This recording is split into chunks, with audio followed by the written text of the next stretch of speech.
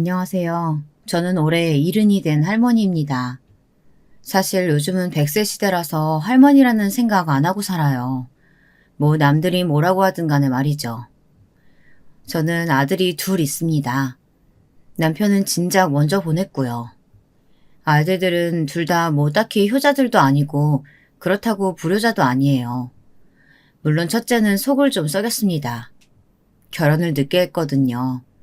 그거 말고는 딱히 뭐 속썩이는 건 없었죠.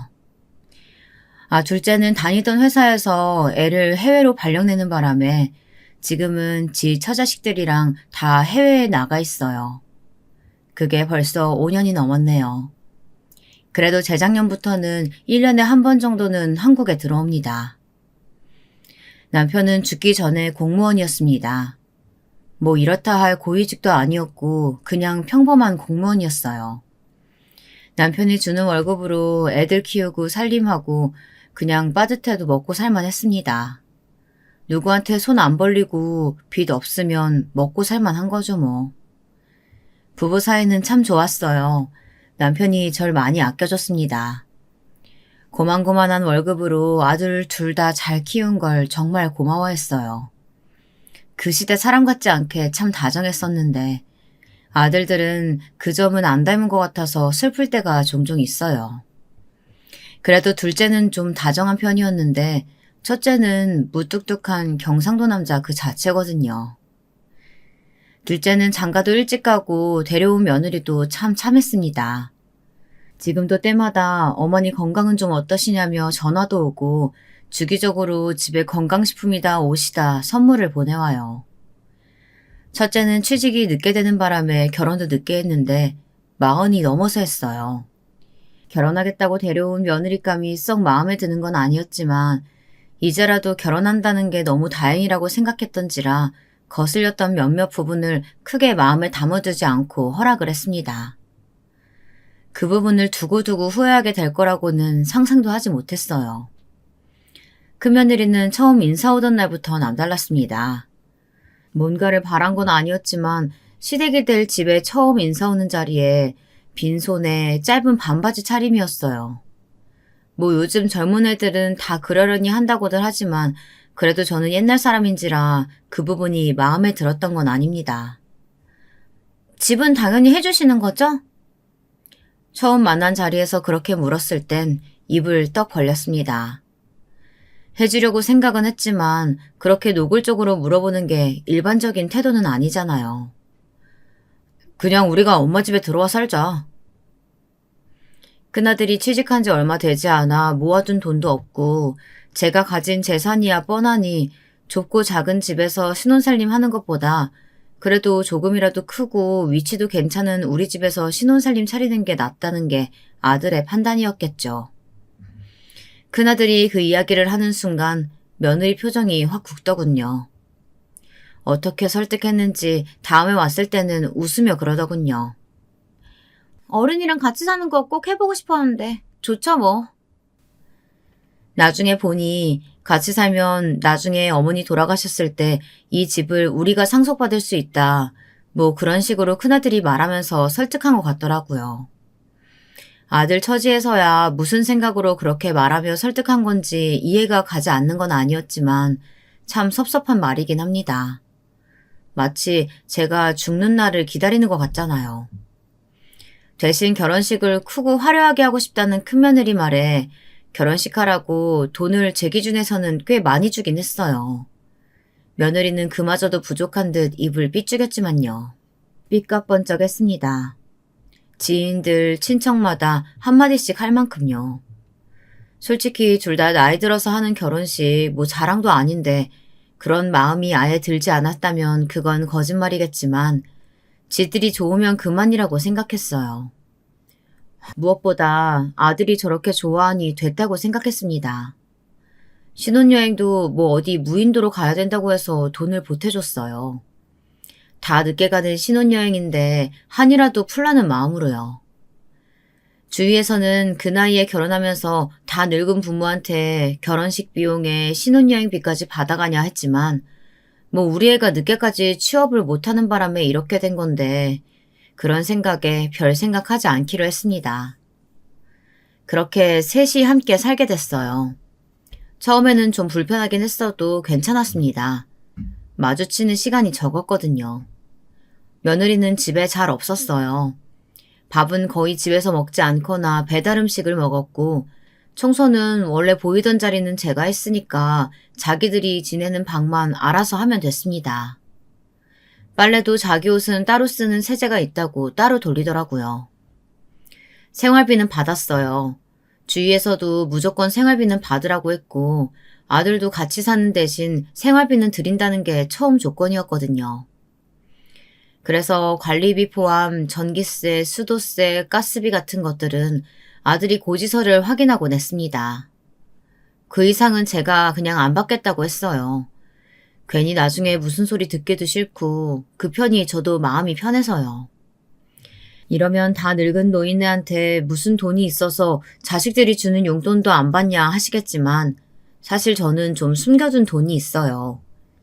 남편이 몹슨병에 걸려 한참 투병 중일 때였습니다. 어느 날 둘이 있을 때 저에게 조심스럽게 말하더군요. 예전에 사둔 땅이 있는데 좀 많이 올라서 처분해서 당신 계좌에 넣어놨어. 그리고 보험도 3군데 들어둔 거 다 당신을 수령인으로 해뒀고. 애들한텐 보험 하나만 있다고 했고 그거 네 엄마 죽을 때까지 쓸 돈이라고 얼마 되지도 않으니까 괜히 뭐 달라 그러지 말라고 해뒀어. 그걸 왜 꼭 애들한테 비밀로 해요? 당신이 요즘 애들 몰라서 그래. 부모한테 목돈 있다는 거 알면 싸움도 나고 나중에 속상한 일도 많이 생기니까. 당신도 절대 애들한테 말하지 말고 나중에 당신 죽을 때 알아서 정리해서 애들을 주든 말든 해. 절대 말하지 말라면서 남편이 저에게 남기고 간 돈은 대충 20억이 넘는 큰 돈이었어요. 아들들은 아버지 사망보험금으로 1억 남짓 되는 돈 정도밖에 없다고 알고 있습니다. 그 돈으로 제가 생활하는 줄 알아요. 남편이 그렇게 가고 나서 한동안은 남편이 왜 그렇게 했는지 여전히 이해할 수 없었지만 큰며느리를 보고 겪으면서 그렇게 하길 천만다행이라 생각하게 됐습니다. 큰며느리는 가면 갈수록 정말 제대로 된 아이가 아니었어요. 일은 하지 않고 아들에게 생활비를 받았으면서 그마저도 늘 모자라다 징징거렸습니다.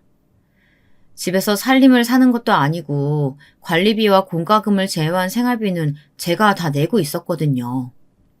오로지 자기가 밖에 나가서 놀고 먹고 쇼핑하는 데 다 썼어요. 그러면서 매번 돈이 없다 거렸습니다. 요즘 밖에 나가서 밥 한 끼만 먹어도 3만 원은 그냥 나가.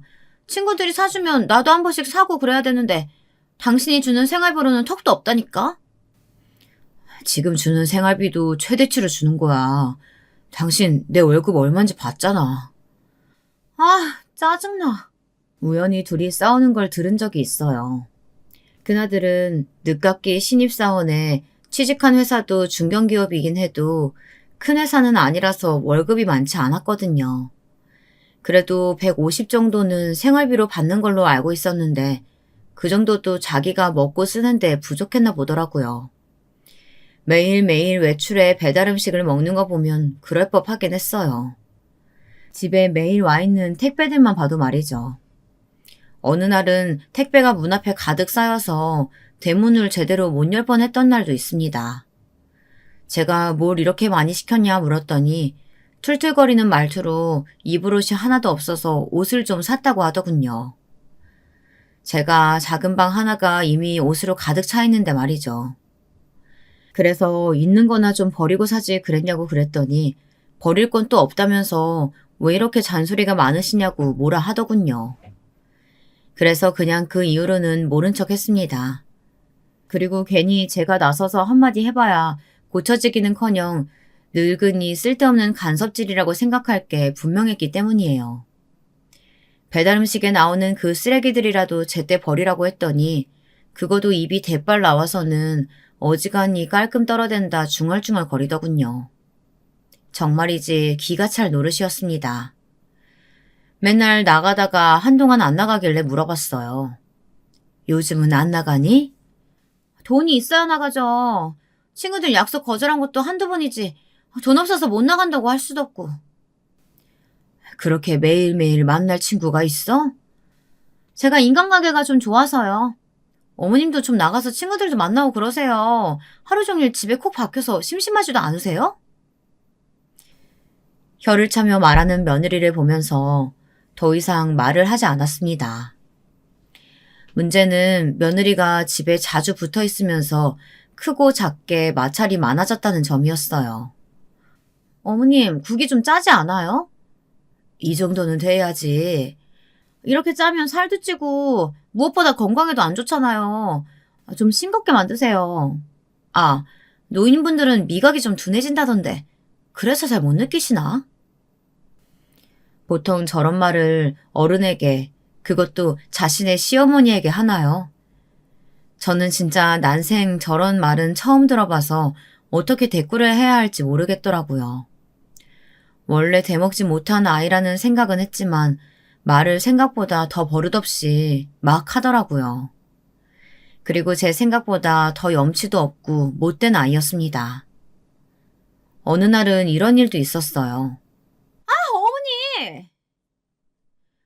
소리를 꽥 지르길래 무슨 큰일이 났나 싶어 방에 있다가 나가보니 널어둔 빨래를 보면서 경악을 하는 얼굴을 하고 있더라고요. 잘 보고 빨라고 제가 전에 그랬잖아요. 뭘 말하는 거냐? 저거 말하는 거면 면이고 뒤에 보니까 세탁기 돌려도 된다는 표시 되어 있던데. 이게 얼마짜리 티셔츠인데 세탁기로 돌려요. 목 부분 다 늘어났잖아요. 그렇게 중요한 옷이면 미리 빼놨어야지. 왜 빨래 바구니에 넣어놨어? 어머니가 보는 눈 없이 무식하게 한 번에 다 세탁기 넣은 걸 지금 제 탓하시는 거예요? 무식이라니. 어른한테 말을 그렇게 하면 어떡하니? 그리고 네 빨래는 그럼 앞으로 네가 알아서 해. 집에서 하루 종일 하는 것도 없으면서 빨래 하나 해주는 게 뭐가 어렵다고 요새는. 원래라면 저도 그냥 또 말을 저렇게 막 하는구나 하고 속으로만 욕하고 넘어갔을 텐데 그날은 저도 좀 욱하더라고요. 그래서 말했습니다. 아무것도 안 하고 집에 하루 종일 있는 건 너도 마찬가지지 않니? 제 말이 또 틀린 건 없잖아요. 하루 종일 집에 있는 건 자기도 마찬가지면서 자기 빨래도 하나 안 돌리고 있었던 걸 나무라자 입을 앙 다물고 저를 노려보더군요. 정말 어이가 없었습니다. 그리고는 제가 한 적도 없는 말로 시비를 걸기 시작했어요. 지금 저 돈 안 벌고 논다고 뭐라고 하시는 거예요? 나는 그렇게 말한 적 없고 나보고 하루 종일 집에 있으면서라고는 네가 먼저 말했다. 이번에도 그렇게 말하니 입을 꾹 다물고 한참을 노려보더니 방으로 가더니 문을 쾅 닫고 들어가더라고요. 그리고는 저녁 식사 시간이 돼도 나오지 않았습니다. 뭐 안 먹으면 지만 손해지 하고 내버려 뒀어요. 그냥 그렇게 넘어갈 줄 알았던 일이 그게 좀 커진 건 그날 아들이 퇴근하고 나서였습니다. 아들이 결혼을 한 이후로 저와 대화가 더 줄어들었어요. 지 부인이 뭐가 그렇게 이쁜지 퇴근만 하면 방으로 쏙 들어가 나오지 않고 둘이서 있었습니다. 다 늦은 나이에 겪는 신혼이라 좋은가 보다 하고 넘겼지만 사실 며느리가 마음에 들지 않으니 그것도 거슬리더라고요. 그날 방에 들어간 아들이 뭔가를 지 마누라랑 한참 이야기하는 것 같더니 심각한 표정으로 저에게 할 말이 있다더군요. 대충 무슨 이야기를 할지 짐작이 갔습니다. 어머니, 저 사람 돈 벌러 안 나간다고 구박하셨어요? 역시 짐작대로 저한테 기분 나빴던 걸 그대로 이야기했더라고요. 아니, 그대로도 아니죠. 더 부풀려 이야기한 거죠. 자기 입맛대로 말입니다. 그걸 그대로 듣고 저에게 따지러 온 아들도 진짜 대단한 놈이죠. 안 그래요? 무슨 소리냐? 구박을 하다니. 저 사람이 그러던데요. 어머님이 자기 돈 벌러 안 나간다고 무시하고 구박해서 못 살겠다고. 지 빨래도 지 손으로 안 해놓고 나한테 빨래 왜 이렇게 돌렸냐고 뭐라고 하길래 그럼 네가 하라고 하니까 나보고 하루 종일 집에 있으면서 그게 뭐 어려운 일이라고 하더라. 그래서 나도 하루 종일 집에 있는 건 너도 마찬가지지 않냐 한 것뿐이다. 제 말이 또 틀린 건 하나도 없잖아요. 그런데 아들이 제 그 말에 잠시 뭔가 생각하는 듯 하더니 말하더군요. 곧 죽어도 잘못은 한 거 없는지 엄마 앞에서 마누라 편을 들어야 하던 그런 놈이었던 겁니다. 내가 그런 놈인 줄도 모르고 평생을 먹이고 입혔으니 이거 원. 저 사람 취직 못하는 걸로 집에서 잔소리 많이 들어서 그런 거에 좀 예민하니까 어머니가 이해를 좀 해주세요. 어른이시잖아요. 아무리 그래도 밥 먹으라는 소리도 없이 저녁도 굶기면 어떡합니까? 완전 천하의 불효자식 아닌가요? 아니 이게 말이 되는 소리냐 말입니다. 남들이 들으면 기가 막히고 코가 막혀서 뒤로 나자빠질 이야기예요. 40이 다 된 며느리 언제 밥 먹으라고 시어머니가 챙기기까지 해야 하냐고요. 도대체가 어떻게 생겨먹은 애들인지. 제가 애니? 70 먹은 노인네가 40 다 된 며느리 저녁밥도 차려서 대령해야 돼? 지가 배고프면 차려 먹으면 되지. 그 말이 아니라. 그 말이 아니면 뭐야? 손이 없어 발이 없어. 해놓은 밥 있겠다. 국 끓여놨겠다. 나와서 퍼먹기만 하면 되는데 그것도 내가 안 해줬다고 이러는 거냐? 어? 지가 생각해도 어이는 없었을 겁니다. 하지만 이미 아들은 지 마누라가 세상에서 제일 이쁜 놈이었어요. 그런 생각은 하지도 않으려는 듯 제 앞에서 한숨만 푹푹 내쉬더라고요. 싸가지 없이. 아무튼 예민한 사람이니까 어머니가 좀 이해해 주세요. 그렇게 싹바가지 없이 말하고는 나가더군요. 뭐 대단히 부모에게 잘하거나 다정한 아들은 아니었지만 그래도 정도는 지키는 아이라고 생각했는데 그거마저 아니었던 겁니다. 섭섭하기도 너무 섭섭하고 무엇보다 서러웠어요. 이런 대접을 받고 있다는 게 말입니다. 그래서 그날은 눈물도 찔끔 났습니다. 그래도 저는 져줄 생각이 없었어요. 잘못한 게 없으니까요. 그리고 그런 것들은 한번 지들 말 들어주기 시작하면 한도 끝도 없는 거 아시잖아요. 그날 이후로 빨래통에 며느리 빨래가 들어있으면 골라내고 하고 밥도 딱 저 먹을 만큼만 하기 시작했습니다. 그게 며칠이 반복되자 며느리가 점점 약 올라하는 게 느껴지더라고요. 하지만 모른 척 했어요. 한날은 저를 불러 세우더라고요. 진짜 쪼잔하게 이러실 거예요? 내가 뭘? 지금 몰라서 그러세요? 진짜 노인네들은 이래서 안 된다니까. 꽁해가지고 진짜. 어머님 친구 없으시죠? 너는 그 막말하는 버릇부터 고쳐야 돼. 씩씩거리며 말을 해도 듣는 척도 안 했습니다. 보복이라도 하듯 집 안을 어질러 놓더라고요. 설거지도 하지 않고 뭐 먹다가 흘린 음식도 닦지 않고 말이죠. 참다 한마디 했습니다. 이럴 거면 나가거라. 그럼 집 해주세요. 정말 뻔뻔하기가. 그런 아이는 정말 듣도 보도 못했을 정도였어요. 한동안 그렇게 집에서 되도록 마주치지 않으려 노력했습니다. 하지만 결국 일이 터지고 말았어요. 여름이었습니다. 워낙 더운 걸 못 참는지라 하루 종일 에어컨을 틀어놓지 않으면 답답해서 숨도 못 쉬는 사람이었어요. 제가요. 그런데 며느리가 외출을 하면서 그럽디다. 에어컨 그거 하루 종일 틀어놓으면 전기세 엄청 나오지 않아요? 그 말에 제가 대답 없이 며느리를 빤히 봤어요. 지가 하루 종일 집에 붙어있을 때는 아무 말도 안 터니 나가니까 제가 집에서 에어컨 트는 비용도 아까웠나 보죠. 전기세 지 남편 주머니에서 나간다고 말이에요. 살 날도 얼마 안 남은 양반이 에어컨 그렇게 팡팡 틀어놓고 그러는 거 아니에요. 전기세 좀 아끼세요. 그 말에 정말 여태 참았던 게 다 빵 터졌습니다. 며느리가 나간 틈에 아들네 방으로 들어가 박스에 짐을 쌌어요. 보이는 건 다 담았습니다. 퇴근하면서 같이 들어왔는지 아들네 부부가 들어와서는 놀라더군요. 지금 뭐 하세요? 왜 제 물건에 손을 대세요? 어머니 지금 뭐 하시는 거예요? 그 말에 돌아보며 말했습니다. 내가 살 날 얼마 안 남은 노인네가 에어컨은 왜 트냐는 말을 들으면서 살아야겠냐? 그것도 내 집에서? 그 말에 큰아들이 움찔하고서는 며느리를 한번 보더군요. 전기 아끼라는 차원에서 말한 거죠. 그런 얘기 좀 들었다고 이렇게 내쫓아요? 집 가지고 진짜 더럽게 유세던 애. 별로 좋지도 않은지. 원래 그 정도 되면 큰아들도 며느리한테 한마디 하는 게 정상 아닌가요? 입을 꾹 다물고 며느리 눈치만 보고 있더라고요. 제가 벌떡 일어나 방으로 저벅저벅 걸어가 남편이 제 앞으로 남기고 간 통장 하나를 꺼내왔습니다. 그리고 아들 내외에게 던지며 말했어요. 내 전 재산이다. 나는 이거 니들한테 한 푼도 안 줄 거야. 둘째네 다 줄 거니까 그런 줄 알아. 제가 던진 통장을 며느리가 주워들면서 꿍얼거렸습니다. 이게 뭐 얼마나 된다고. 그러더니 금액을 확인하더니 눈이 경악으로 커졌어요. 일시, 백천만, 십만, 백만, 천만, 억, 십억? 며느리의 그 반응에 큰아들이 며느리가 들고 있는 통장을 가져가서 보더군요.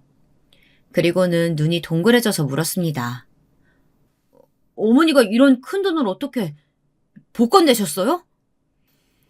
네 아빠가 죽기 전에 사줬던 땅이랑 보험금 정리한 돈이야. 그걸 왜 저는 모르는데요? 네 아빠가 니들한테 비밀로 하랬다. 돈 가지고 형제들 싸움 나고 그러면 나 힘들다고 없는 척하고 살다가 필요할 때 필요한 만큼 다 쓰고 애들 주든 어디 기부하든 알아서 하라고. 그 말에 큰아들이 인상을 찌푸리며 중얼거렸습니다. 하여간 아버지도 진짜. 지 아버지한테 섭섭한 듯 보이는 아들과 달리 며느리는 제 통장을 확인하자마자 뭔가 생각하는 듯 머리가 빠르게 돌아가는 것처럼 보였습니다. 그리고는 다짜고짜 무릎을 꿇더라고요. 어머님, 제가 죄송했어요. 진짜 잘못했어요. 갑자기 석고대자하는 그 모습에 진짜 기가 차서 웃음이 다 나왔습니다. 니네가 안 나간다면 내가 나가야지 뭐. 작은 애 한국가에 들어온다고 하더구나. 내가 니들 이야기했더니 들어오면 같이 살자고 그러더라. 이 집은 너네 해라. 그 외에 재산 상속은 니들한테는 없으니 그런 줄 알고. 민재 들어온대요? 한국으로 발령받았다더구나. 도련님은 갑자기 왜... 그쪽도 어머니 재산 알고 그러는 거 아니에요? 내가 말한 적이 없는데 어떻게 알아? 나 민재 내줄 거니까 그런 줄 알아. 그렇게 말하고 방으로 들어와 문을 쾅 닫았습니다. 밖에서 며느리가 아들에게 짜증내는 소리가 들려왔습니다. 사실 이 집은 지금 잘 받아봐야 3억인 집이었어요. 제 통장에 20억이 넘는 돈을 받는데 이 집이 마음에 찰 리가 있겠습니까? 그날 이후로 큰며느리는 저에게 잘 보이려고 무던히도 노력했어요. 어느 날은 제가 일어나기도 전에 음식을 다 해놨더군요. 저한테 잘 보이려고 딴에 노력을 한 거겠지만 저는 더 괘씸했습니다. 그러면 요태 할 줄 알면서도 안 했다는 거잖아요. 국이 너무 싱겁네. 그럼 간을 좀 더 할까요? 늙으면 혀가 둔해져서 간이 점점 세진다고 하더라. 누가? 저한테 했던 말 그대로를 돌려줬어요. 입을 삐죽거렸지만 금방 다시 웃더군요. 그거야. 어머님이 짜게 드시면 건강에 너무 안 좋으니까 그런 거죠. 웃기지도 않았습니다. 어느 날은 제가 더워서 부채질을 하고 있으니 에어컨을 먼저 틀더군요. 그래서 또 말해줬습니다. 살 날 얼마 안 남은 노인네 전기세 많이 나오게 에어컨은 왜 트냐더니. 그 말에도 인상을 잠시 쓰더라고요. 속으로 그 말을 여태 기억하고 있었어 음흉한 노인네 라고 하는 표정이 다 보였습니다. 제가 원래 말을 생각 없이 하잖아요. 오늘 많이 덥죠 어머님. 수박 사왔는데 수박 드실래요? 그렇게 며칠을 제 위를 맞추려고 했지만 제가 정말 하나도 넘어가 주지 않았어요. 큰며느리는 점점 참기 힘들어지는 듯 보였습니다. 자기가 한 거 그대로 돌려줬을 뿐인데 말이죠. 그러던 어느 날이었어요. 새벽에 목이 말라 잠에서 깼습니다. 시원한 물을 마시고 싶어서 부엌으로 갔는데 아들 부부 방에서 뭔가 이야기하는 소리가 들리더라고요. 당신이 조금만 참아. 나 진짜 못 참겠어. 성질나서 저 노인네 얼굴도 안 보고 싶단 말이야. 그러다 저 많은 재산 다 동생 내주면 어떡하려고 그래. 진짜 저 노인네 내일이라도 콱 뒤졌으면 좋겠어. 그러면 그냥 상속분 그대로 받을 수 있잖아. 당신이 큰아들이라 더 많이 받을 텐데. 당신 말대로 노인네 살아봐야 얼마나 살겠어. 좀만 참자. 나 너무 짜증난단 말이야. 그 말을 듣던 제가 참지 못하고 문을 벌컥 열었습니다. 열린 문과 함께 제가 나타나니 아들네 부부가 화들짝 놀라더군요. 너네한텐 한 푼도 안 줘. 절대! 그러고 방에 들어왔는데 정말 서러워서 눈물이 다 나더군요. 며느리는 그렇다 치고 지 엄마가 가지고 있는 돈 때문에 빨리 죽었으면 좋겠다는 아들이라니 말이죠. 당장이라도 제가 짐을 싸서 이 집을 나가고 싶었습니다. 그날부터 큰아들네 부부와는 말을 섞지도 않았어요. 그리고는 거짓말을 했습니다. 오늘 유언장 작성하고 공증도 받았다. 다 둘째 주는 걸로. 어머니, 아무리 그래도 너무하신 거 아니에요? 이 사람도 아들이잖아요. 그날 이후로 나한테 아들은 둘째 하나다. 내가 곧 이 집 나갈 거니까 그런 줄 알아. 그리고 방문을 쾅 하고 닫고는 들어왔어요. 문 너머로 지들끼리 대화하는 소리가 들리더라고요. 공증받았으면 끝 아니야? 우리 어머니지만 독하시네. 뭘 저렇게까지 하셔. 저 노인네 보통 아니라고 내가 몇 번이나 말했잖아. 들으시겠다. 좀 조용히 좀 말해. 그렇게 며칠이 지나고 둘째 아들에게서 전화가 왔습니다. 영문을 모르겠다는 말투로 제게 묻더군요. 그게 진짜예요? 형이 엄마 숨겨둔 재산 있는 거 나보고 알고 모시겠다고 한 거냐고 엄청나게 따지던데. 그게 너한테도 전화를 했든? 내가 그래서 형은 엄마가 돈 있으면 모시고 없으면 안 모시는 거냐니까 그래도 내 말은 들은 척도 안 하고 비열하다느니 뭐 어쩌니 하면서 난리치다가 끊었어요. 숨겨진 재산이라니 우리 집에 그런 게 다 있어요? 둘째 아들에게 상황을 설명해 주니 역시 우리 아버지답다며 웃더군요. 졸지에 부자 엄마가 생겼다면서요. 형 그러는 거 보니까 엄마 진짜 형이랑 살게 두면 안 되겠어요. 듣자 하니 작은 아들에게 전화해서 별 진상을 다 부린 것 같더군요. 어머니 재산 원래 알고 있었던 거냐, 네가 유언장 쓰고 공증 받으라고 어머니한테 시킨 거 아니냐, 그렇지 않고서야 집안에만 있는 노인네가 대체 그런 걸 어떻게 아느냐고. 한국에서 살집 구하러 애엄마 들어갈 거예요. 형의 말투가 너무 험악했다고, 그런 집에서 엄마가 무슨 꼴을 당하고 있었는지 너무 잘 알겠다며 작은 며느리가 들어와서 집을 구해놓으면 자기들이 한국 들어오기 전까지 혼자 그 집에서 미리 살라더군요. 둘째네가 저 때문에 고생하는 것 같아 너무 미안했지만 그보다 하루라도 빨리 이 집에서 나가고 싶은 마음이 더 컸습니다. 괜히 니들이 고생하는구나. 어차피 집 구하러 들어가야 하는데 좀 일찍 가는 것뿐이에요. 그리고 애들 엄마는 좋아하던데요. 엄마 음식 맛있다고. 벌써 시어머니 부려먹을 생각이나 하고. 자기 음식이 맛없어서 그래. 일주일 뒤 작은 며느리가 한국에 들어왔다고 해서 함께 집을 보러 다녔습니다. 물론 아들네는 모르게 말이에요. 알았다가는 무슨 회방을 어떻게 놓을지 알 수가 있어야죠. 이 정도면 괜찮지 않을까요? 방도 4개고. 조금 큰 방 하나와 작은 방 3개가 있는 40평대 아파트였어요. 그 평수에 방이 4개인 건 흔치 않은데 잘 됐다며 작은 며느리가 손바닥을 치며 좋아하더라고요. 하지만 저는 조금 큰 집을 생각하고 있었습니다. 물론 나머지 금액은 제가 보태고 말이죠. 지들끼리 살다가 노인네랑 같이 살아야 하는 건데 이런 보상 정도라도 있어야 하지 않겠어요? 좀 더 큰 집으로 보고 싶은데 어머니, 저희 그 정도 능력 안 돼요. 내가 보태주마. 그랬더니 둘째 며느리가 손사래를 치면서 그건 진짜 괜찮다며 저를 만류하더군요. 하지만 제가 고집을 꺾지 않아서 더 큰 집으로 계약했습니다. 60평대 집이었어요. 그 전에 살던 집은 30평대 아파트였어서 딱 2배가 차이 났습니다. 그리고 신축의 위치도 훨씬 더 좋았어요. 딱 봐도 돈을 좀 썼구나 싶은 집이었습니다. 사실 일부러 이런 집을 고른 것도 있었습니다. 큰아들네가 보고 배 아파서 떼굴떼굴 구르라고요. 이사날이 정해졌지만 한마디도 하지 않았습니다. 그리고 당일 이삿짐센터 직원들이 들어오는 걸 보고 큰며느리가 알게 됐어요. 진짜 이러실 거예요? 뭐 이렇게 쪼잔하게 구세요, 진짜? 나랑 같이 살기 싫어했잖니. 나가겠다는데 왜 난리야, 난리가. 제가 죄송하다고 했잖아요. 시어머니 재산이 얼만지 확인하고 하는 사과가 사과니? 그동안은 제 눈치만 보면서 말 한마디 못했는데 진짜 나간다고 하니 정말 한 푼도 받지 못할까봐 걱정되긴 되는 모양이었습니다. 그리고 제 예상 그대로 이사하는 날 이사 가는 집까지 찾아왔어요. 그리고 집을 확인하고는 정말 배가 아파 죽더라고요.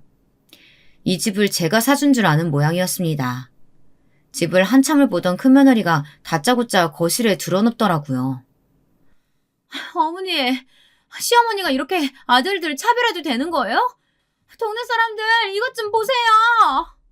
지금 사는 집보다 2배는 좋기 더 큰 집에 배가 어지간히도 아파 보였습니다. 적어도 제 앞에서는 싫은 소리 안 하려고 이를 악물고 참아왔는데 이 집 앞에서는 이성을 잃은 것 같더라고요. 너네 지금 사는 집도 아직 4명인 거 알지? 제가 그 사실을 일깨워줬어요. 여차하면 그 집도 빼겠다는 의미로 말이죠. 그랬더니 한참을 씩씩거리다 돌아가더군요. 그리고 작은 아들네 집에 대해 큰아들에게 이야기했는지 서운하다는 전화가 왔습니다. 지가 한 짓은 생각도 안 하고 참 뻔뻔하죠. 하지만 그 집도 제 명의라는 사실을 한번 깨우쳐줘서인지 한동안은 조용했어요. 하지만 진짜 막장은 둘째네가 한국에 들어오면서 시작됐습니다.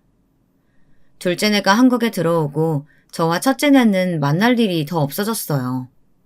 한동안 매일같이 찾아와서 징징거리던 큰며느리가 한동안 조용하길래 그래도 그 집은 받고 싶나 보다 생각했습니다.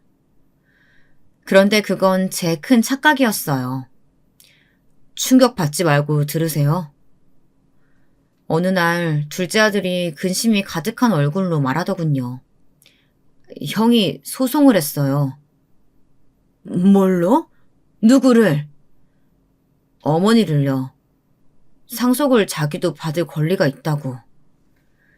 정말 하늘이 무너지는 기분이었습니다. 그렇게까지는 정말 상상도 해본 적이 없었거든요. 충격으로 눈앞이 노래지는 느낌이었어요. 어머님! 그대로 쓰러졌어요. 눈뜨니 병원이었습니다. 작은 아들 내외가 걱정스러운 얼굴로 저를 내려다보고 있더군요. 아무래도 꿈이 아닌 게 맞나 보더군요. 당장이라도 큰아들네 집에 가서 그 둘의 머리채라도 잡고 싶은 마음이 가득했습니다. 하지만 그러지 않기로 했어요. 솔직히 말하면 걔들 입에서 이제 무슨 말이 나올지 무서운 마음도 컸습니다. 이것들 괘씸해서 그냥은 못 넘어가겠다. 병원을 나와 다음 날부터 변호사들을 만나고 다녔습니다. 직계 가족은 상속 권리가 있긴 해서 어느 정도 주긴 해야 한다고 하더라고요. 그게 많지는 않아도 말입니다. 이래저래 따져보니 제가 원래 주려고 마음먹은 살던 집보다도 적게 줘도 되는 것 같더라고요. 게다가 저는 남편이 혹시 모를 상황에 대비해 만들어 놓은 공증받은 유언장도 있었거든요.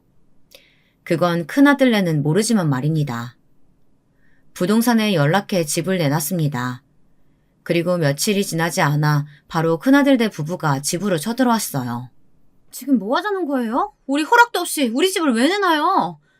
내 집 내가 내놓는데 니네 허락이 왜 필요하니? 내 집이라니 저희 집이죠. 내 명의로 되어 있는데 그게 왜 너네 집이야? 주신다고 하셨잖아요. 내가 언제? 아니 진짜 이 노인네가 노망 들었나? 준다고 분명히 말했고 내가 이 귀로 똑똑히 들었는데. 작은 며느리가 큰 며느리 말에 화가 나서 끼어들었습니다. 노인네라뇨, 노망이라뇨. 말을 좀 가려서 하세요. 아, 어머니가 재산 다 준다고 하니까 좋아 죽겠지? 얼마나 앞에서 알랑방구 꼈으면 이 노인네가 홀라당 넘어가냐고. 왜, 네가 우리 집도 달라 그랬냐? 내가 준다고 한 증거 있니? 그 말에 큰아들네 부부가 둘 다 멈칫하더라고요. 그건 엄연한 내 재산이야. 나는 너네한테 안 줄 거니까 당장 집 빼라. 안 그러면 소송해서 강제로 나가게 만들어줄 테니까. 어머니, 너무하신 거 아니에요? 너무해? 내가? 돈 없다고 할 때는 세상 무시하면서 며느리 밥 차려라, 에어컨도 틀지 마라 하더니 돈 있다니까 태도가 싹 바뀌었다가 그래도 안 준다니까 지 부모한테 소송 거는 자식한테 이 정도도 못해? 길 가는 사람 붙잡고 물어봐라. 누가 너무한지. 제 말에 큰아들네 부부는 씩씩거리며 절 노려보기만 하더군요. 변호사 찾아가서 물어봤다. 소송에서 너네가 이겨도 내가 줘야 하는 돈이 지금 너네가 살고 있는 집 가격보다 적더구나. 게다가 나는 니네 아빠가 이럴 때 대비해서 혹시나 하고 남겨둔 공증받은 유언장도 있어. 그 말에 큰아들이 놀란 듯 눈을 동그랗게 뜨더군요. 이건 아마 예상도 못했나 봅니다. 그래도 아들이라고 그 집은 주려고 했더니 너네한텐 그 정도도 과한 것 같구나. 나가! 경찰 부르기 전에! 그러고도 큰아들네 부부는 한참을 나가지 않고 있다가 경찰이 오니 그제야 나가더군요. 그 뒤로 부동산에서 집만 보러 가면 행패를 부려서 집을 보여주기가 쉽지 않다는 말을 전해 들었습니다. 변호사에게 물어보니 강제로 내보내려면 소송을 하긴 해야 한다고 하더라고요. 어떻게 하실 거예요? 사실 그렇게까지 해야 하나 싶긴 하는 마음이 들긴 했어요. 그래도 아들이라고 저도 마음이 좋진 않았습니다. 그렇게 고민하던 어느 날이었어요. 큰며느리한테 전화가 왔습니다. 뵙고 드릴 말씀이 있어요. 그 말에 커피숍으로 나가니 그전보다 훨씬 순한 눈을 하고 앉아있더군요. 어차피 속으로는 무슨 생각을 하고 있는지 알아서 속아 넘어가지 않을 생각이긴 했지만 말입니다. 소송 취하할 테니까 어머님도 집 빼라고만 하지 마세요. 저희가 소송을 하면 강제로 나가야 하는 걸 들은 모양이더라고요. 그리고 남편 유언장까지 있는 마당에 잘못하면 그 집에 반도 안 되는 돈을 받게 될 거라는 게 계산을 미친 거죠. 제가 진짜 잘못했어요. 저는 그래도 남의 자식이지만 남편은 아니잖아요. 남편을 봐서라도 그냥 그 집은 두세요. 나는 너도 너지만 그 자식이 더 괘씸해. 아들이라는 놈이 지 엄마를. 남편도 많이 반성하고 있어요. 한 번만 용서해 주세요. 그렇게까지 말하니 마음이 좀 약해지긴 하더라고요. 집을 그대로 두는 건 생각을 좀 해보마. 당분간은 둘 테니까 돌아가. 저희한테 주신다는 거죠? 생각해 본다니까. 그냥 집은 저희한테 주세요. 네? 뭔가 집을 자꾸 지들한테 준다는 말을 듣고 싶어 하는 것처럼 느껴졌습니다. 어딘가 이상한 마음이 들어 그 말은 안 했습니다. 너 왜 자꾸 내 대답을 강요하니? 생각해 본다고 했잖니? 제가 다시 한번 단호하게 말하니 한숨을 한번 쉬더니 알겠다고 하더군요. 잘 생각해 보시라고 저희가 잘할게요 하는 말을 몇 번이나 더 듣고는 헤어졌습니다. 그리고 한동안은 조용했어요. 그리고 얼마 뒤 남편의 제사였는데 큰아들네가 작은 아들네로 오겠다고 하더군요. 그래서 뭐 제사는 오는 게 도리이지 싶어 그러라고 했습니다. 큰며느리가 일찍부터 와서 작은 며느리를 돕더라고요. 뭐 그런 척을 하는 거겠지만 그래도 척이라도 해서 다행이라고 생각했습니다. 큰아들도 퇴근하고 작은 아들네로 왔어요. 제가 섭섭하게 해드린 건 마음 푸세요. 저도 잘못했다고 생각하고 있어요. 어머니시니까 아들이 아직 덜 컸다고 생각하시고 한 번만 봐주세요. 그 말을 가만 듣고 있던 작은 아들이 옆에서 한마디 하더군요. 나이 40 넘어서 아직 덜 큰 거면. 작은 아들은 저 때문에 참고 있기는 했지만 사실 지 형에게 화가 많이 난 상태긴 했습니다. 어머니 아니고 형만 아니었으면 이미 주먹 몇 번은 날아갔을 거라고 화를 냈었으니까 말이에요.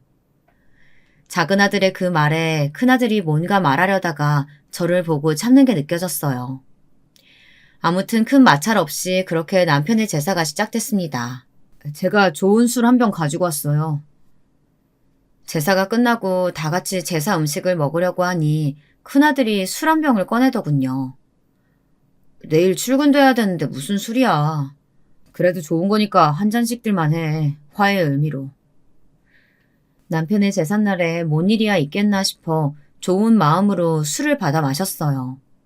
큰아들이 연거푸 술을 들이키길래 좀 걱정되긴 했지만 뭐 별일이야 있을까 싶었습니다. 하지만 큰아들이 술에 좀 취하자 작은아들에게 시비를 걸기 시작했어요. 너 야가 빠진 건 다 알고 있었지만 이 정도일 줄은 몰랐다. 내가 뭐, 너 어머니 재산 그만큼 있는 거 다 알고 있었지? 큰아들의 그 말에 작은아들이 기가 찬 것 같더라고요. 내가 그걸 어떻게 알아. 어머니가 말씀해 주신 적이 없는데. 형도 몰랐잖아. 어머니가 말씀해 주신 적 없었어? 정말? 그때 니들한테 처음 말한 거라니까. 그럼 네가 뭐 우연히 알게 돼서 뭐 이런 거 아니야? 어? 나는 어머니 재산 안 받아도 상관없는 사람이야. 작은아들의 그 말에 큰며느리가 코웃음을 치더군요. 말도 안 되는 소리 하지 마세요. 뭐가 말이 안 돼요? 애초에 저희는 있는지도 몰랐던 재산인데 못 받는 게 뭐 어때서. 그걸로 부모한테 그렇게까지 한 자식이 더 이상한 거 아니에요? 저희가 정상이고. 성인 군자 나셨네. 돈 앞에서 그럴 수 있는 사람이 어딨다고. 형님네처럼 그렇게까지 하는 자식도 드물죠. 작은 애들의 그 말에 큰아들이 버럭 소리를 질렀습니다. 너 형수한테 말버릇이 그게 뭐야?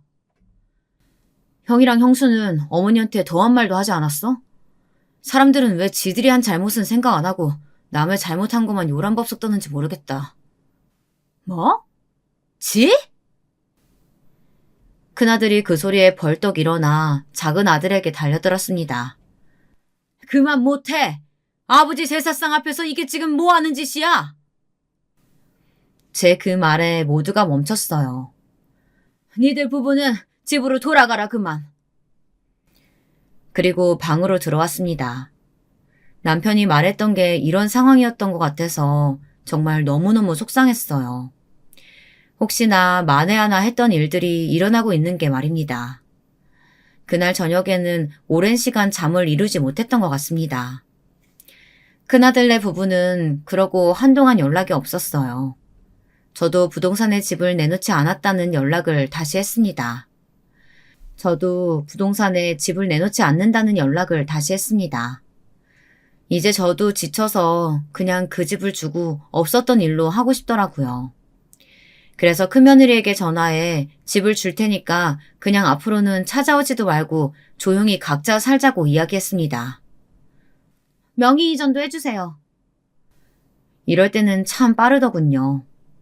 해주겠다고 한 거니 큰아들 명의로 집 명의를 바꿔줬어요. 그리고는 다시 재산 가지고 말하지 말라고 했습니다. 그리고 나서 조용하길래 저는 그 둘이 그걸로 만족하나 보다 했습니다. 그럴 리 없다는 걸 모르고 말이죠. 어느 날부터 제 전화로 이상한 전화들이 걸려왔어요. 돈을 달라는 전화였어요. 빚을 독촉하는 문자들도 이어졌고요. 나한테 요즘 왜 자꾸 이런 게 오는지 모르겠다. 하고 작은아들에게 보여줬습니다. 작은아들이 뭔가 불안한 얼굴로 알아보겠다고 하더군요. 그리고 다음 날 충격적인 이야기를 들을 수 있었습니다. 큰며느리가 자기 시어머니가 돈이 많다며 저를 팔아서 오만 곳에 다 돈을 빌리고 다닌 거였어요. 3억이 넘나 봐요, 빚만. 그 사이에? 제가 돈이 있다고 큰며느리에게 말한 게 반년도 지나지 않았어요. 그 아이는 반년 사이에 3억이라는 돈을 제 이름을 팔아서 빌리고 다닌 겁니다.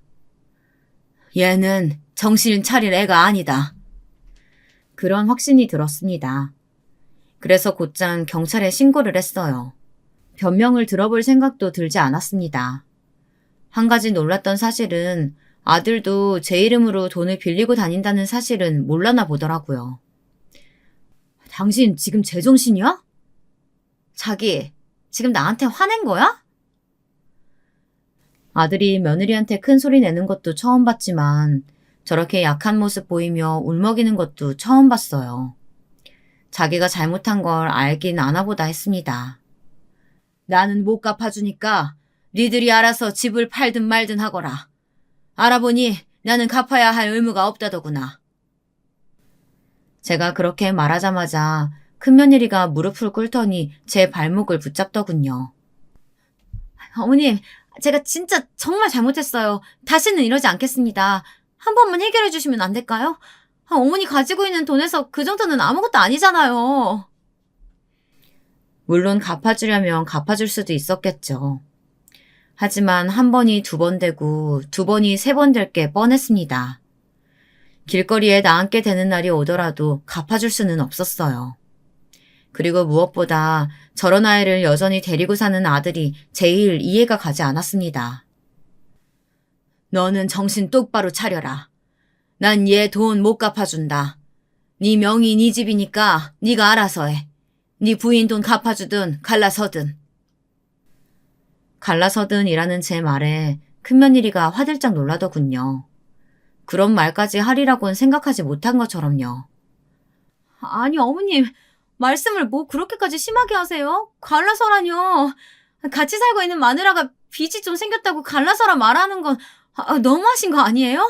그 한마디 좀 했다고 소리를 지르더라고요. 무섭긴 한 것 같았습니다. 혹시나 갚아주지 않고 이혼이라도 당하면 어떡하나 하고요. 그나들을 보니 뭔가 생각이 많은 듯 보이긴 하더라고요. 어머님 말씀도 일리가 있지. 내가 당신이 나 몰래 이렇게 진빚까지 집 팔아서 갚아줄 순 없잖아. 그 말에 며느리는 크게 충격을 받은 듯 했습니다. 지 남편은 끝까지 자기 편인 줄 알았나 봐요. 아니 여보, 아무리 그래도 그렇지 어떻게 그런 말을 그렇게 쉽게 할 수가 있어? 당신은 어떻게 이런 일을 이렇게 생각도 없이 저지를 수가 있어? 3억이 네 집 개 이름이야? 그냥 달라고 하면 나오는 돈이야? 대체 그거 다 어디다 갖다 썼어? 그제야 상황이 심각한 걸 알았는지 큰며느리가 무릎을 꿇고 아들과 제 앞에서 싹싹 빌기 시작하더군요. 제가 진짜 정말 죄송해요. 다시는 안 그럴게요. 사람 하나 살리는 셈 치고 제발. 여보, 우리가 같이 산 정이 있지. 나 이렇게 버리면 안 돼. 이야기를 들어보니 여기저기 돈을 빌려서 사치를 하고 어디에 투자를 해서 말아먹고 그랬나 보더라고요. 일단 가지고 있는 사치품을 다 정리하게 했습니다. 그 와중에도 아까운지 망설이는 눈을 할 때마다 그냥 그거 들고 빚이랑 나가라고 했어요. 그랬더니 순순히 내놓더라고요. 아직 가지고 있는 돈 몇천과 사치품을 정리하니 1억이 조금 안 되는 돈이 나오더군요. 거기에 큰아들이 여태 모아둔 돈을 보태 1억 5천 정도를 받았습니다. 그리고 나머지 돈은 제가 갚아줬어요. 그러면서 각서를 쓰게 했어요. 만약 이런 일이 한 번 더 있을 시에는 제가 대신 갚아준 1억 5천만 원도 빚으로 다 갚아야 한다고 말이죠. 그렇게 이 일은 마무리됐어요. 이 일이 있은 지 벌써 좀 시간이 흘렀네요. 아직까지는 별 사고 없이 둘이서 조용히 지내는 것 같습니다. 1년에 한 번 정도 얼굴을 보는데 작은 아이네 집에 와서 새로 생긴 가구다, 옷이다 이런 것들을 유심히 보면서 툴툴거리긴 해요. 사실 작은 아이네 집에는 집을 살 때 제가 보태준 것 말고는 저한테 따로 받아간 재산이 아직 없는데 말이죠. 제가 다 준 줄 알고 그렇게 억울해 하더라고요. 한날은 술을 먹었는지 잔뜩 꼬인 혀로 저한테 전화해서 원망을 털어놓은 적도 있긴 합니다. 제가 아무리 어머니한테 좀 섭섭하게 했다지만 그래도 큰아들 집에 이렇게 매정하게 한 푼도 안 주고 작은 아들만 챙기시는 건 진짜 어머니도 너무하신 거 아니에요? 독한 건 진작 알았지만 살다 살다 어머니같이 독한 노인네 처음 봐요. 한 푼도 안 주다니.